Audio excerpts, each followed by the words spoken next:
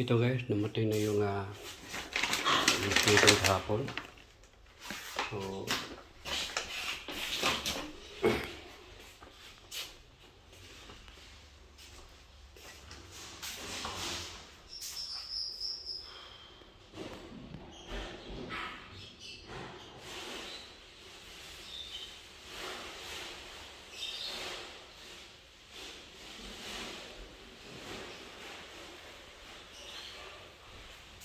ito lang muna ng crocheting kapon guys.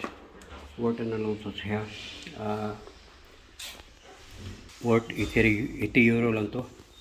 Kasi hindi pa tayo nakapag-grocery ng marami. Dahil kailangan mo tingin gawin ng maraming igwa. So, ito. Andun pa. Parting pa yung iba. Ito guys, para doon sa banana natin. Bibili pa tayo ng lupa. Hindi pa tayo nakabili.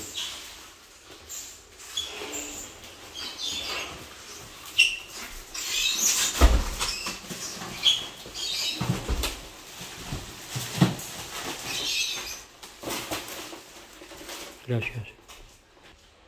Oh, itong dalawa. Makulit.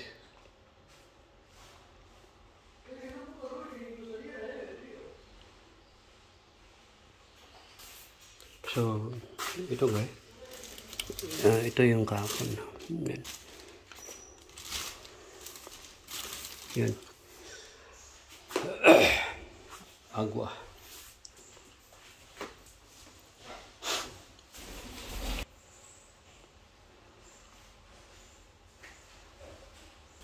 Grabe ang init ito ngayon guys.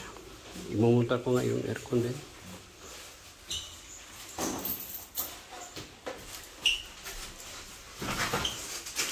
¿Hay más? Sí. Ah, vale. Otro viajecito. Bueno.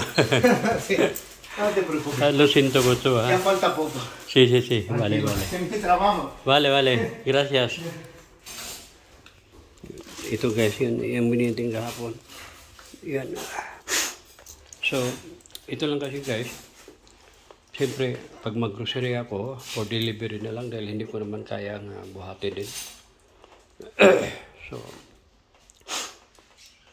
yun lang. Pero ano pa lang to, 80 euro pa lang to yung naggastos natin for grocery.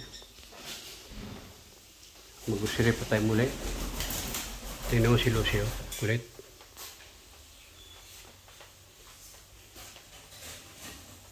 Lucio, eres pisado ha? Eres pisado ha? Sabi kitang kaliritang Lucio ngayon. Magagalit si Lucio sa akin. Lucio Amoro, yung tukayo mo, napaka kulit. Sila BJ, tahimik. Nagreklamo na yung kapitbahay kayo sa baba. Ay, inaway ko nga eh. Sige, bakit? Ano gagawin ko sa ibon ko? Mayroon nga yung eskwela kapitbahay natin, ang ingay-ingay. Maraming aso ito, maingay. Yung mga basura pa, magbuskar ng madaling araw, maingay. Mamulisya din ako. Bakit nagreklamo pa ako? Babae, sabi ko, iyo di puta ka.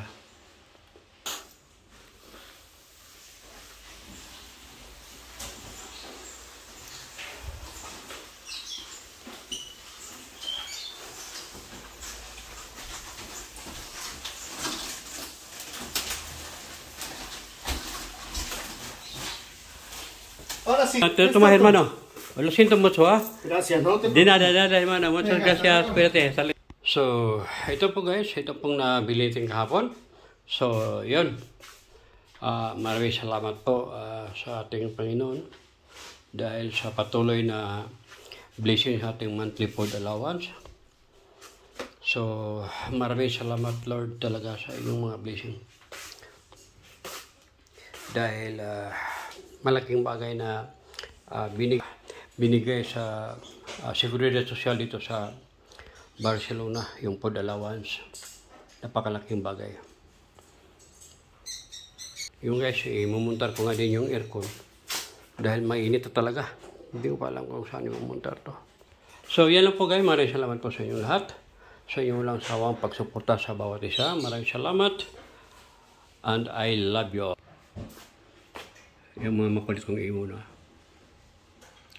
Minsan sa totoo guys, sumulisa na rin ako pero wala akong magagawa dahil hindi katulad dun sa dating tinirahan ko, walang problema doon.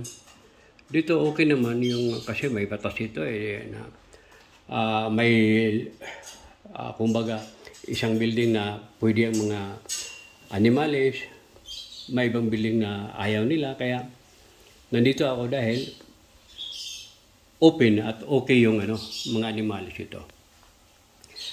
Pero may mga din talaga walang mga puso. Hindi magintindi pero anong gagawin nila? Sabi ko nga kahit tumawag silang polisya. Wala akong pakialam. So yan na po kayo. Maraming salamat and I love you all. Bye-bye.